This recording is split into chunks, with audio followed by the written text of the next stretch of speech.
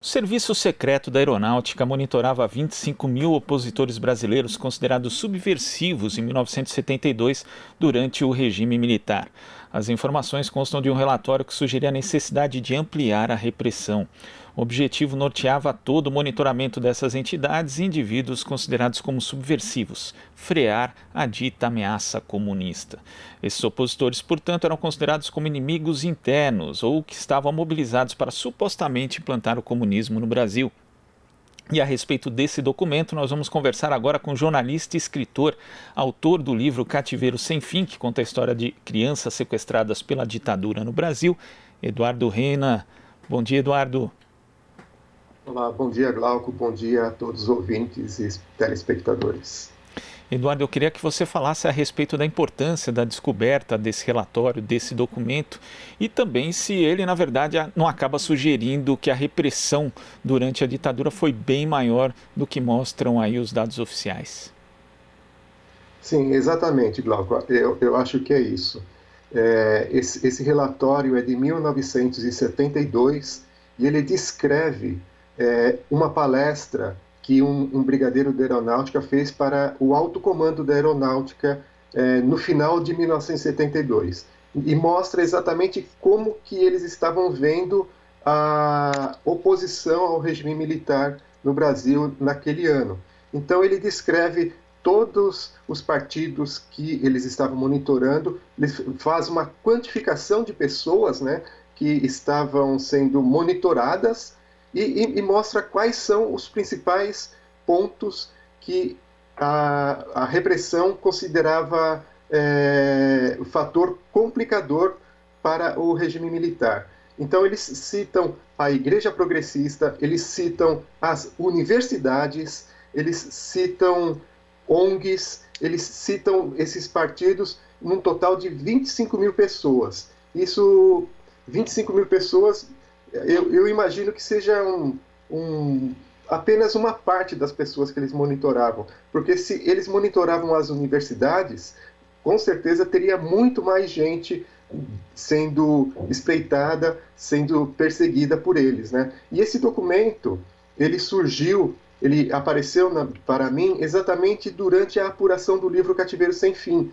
Eu fui para o Araguaia e lá na região do Araguaia eu tive contato com várias pessoas e foram me apresentados vários documentos daquela época da ditadura. E entre esses documentos estava esse relatório que agora ele foi resgatado e foi olhado com outros olhos, né? Porque às vezes você pega um documento da ditadura, você lê, você entende uma coisa e um tempo depois você volta a ler e você percebe, opa, aqui tem uma informação bastante importante que precisa ser ressaltada.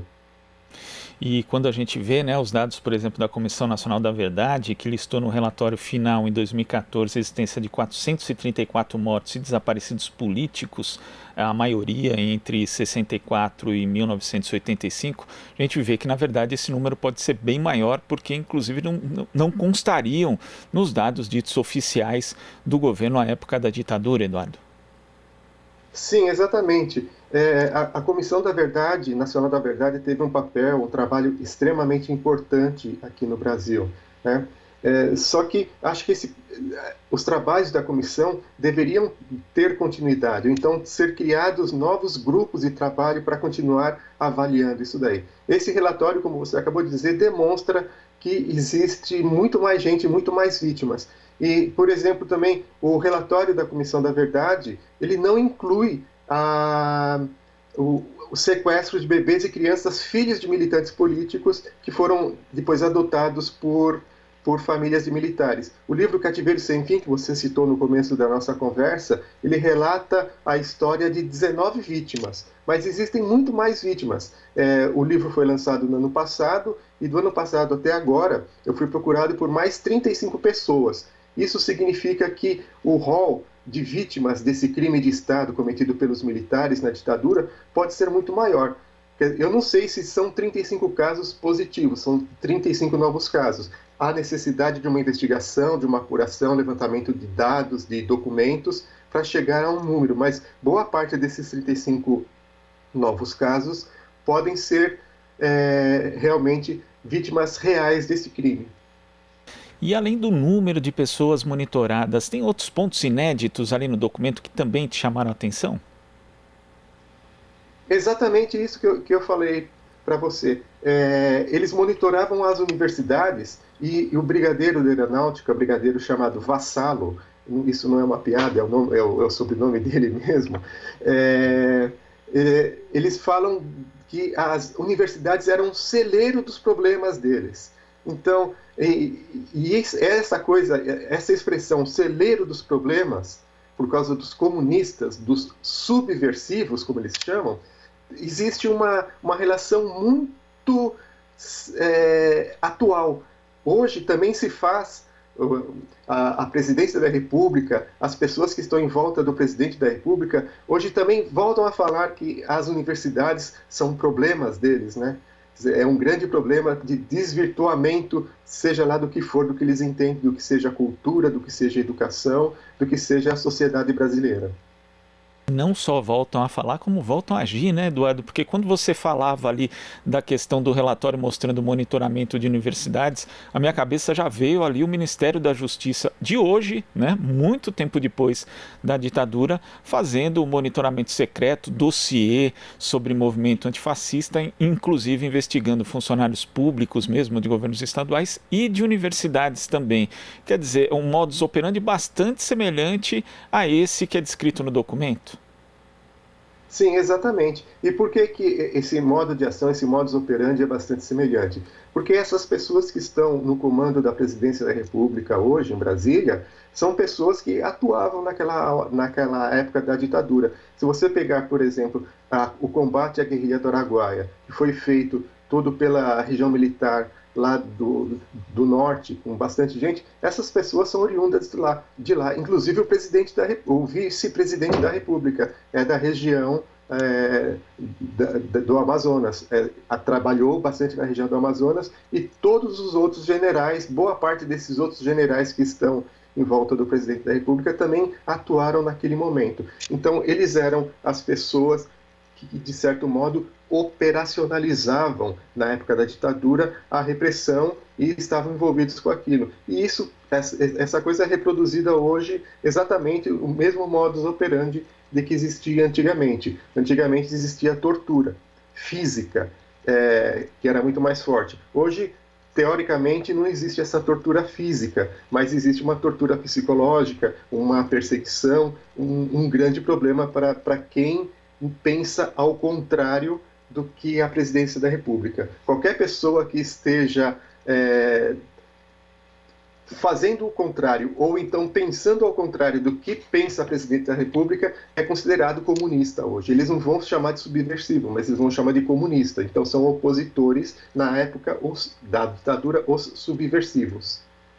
É uma tortura psicológica, é um constrangimento feito de várias formas, né? Inclusive por meio das redes sociais. Essas pessoas, como você disse, são taxadas de comunistas, a grande maioria que não é nem de longe comunista, mas isso também acontece nos dias de hoje. E justamente por conta disso, Eduardo, você acha importante o Brasil trabalhar essa questão da memória, tentar acertar as contas com o passado, até para remover o chamado entulho autoritário que ainda persiste no Estado brasileiro?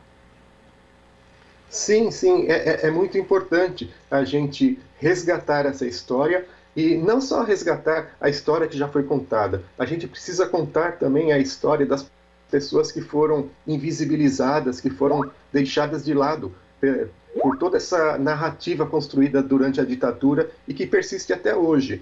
E vou dar um exemplo, aqui. Numa conversa com familiares ou com amigos, a gente começa a conversar sobre o período da ditadura e vai falar, olha, tal pessoa foi perseguida, foi torturada. A primeira coisa que alguém do grupo vai falar mas se foi preso é porque boa coisa não fez. O que significa isso? Significa que essa narrativa construída no início do golpe, que vem até hoje muito forte, ela já criou um inconsciente coletivo no brasileiro, que acha que a ditadura não foi tão forte aqui no Brasil, não foi tão cruel, que as pessoas que foram presas, torturadas, mortas, desaparecidas, elas estavam pagando por um crime contra a pátria, e isso não é verdade. Por isso que é importante a gente recuperar essa história, mostrar essa história com um outro olhar, com outros questionamentos, mostrar uma outra narrativa, que é a narrativa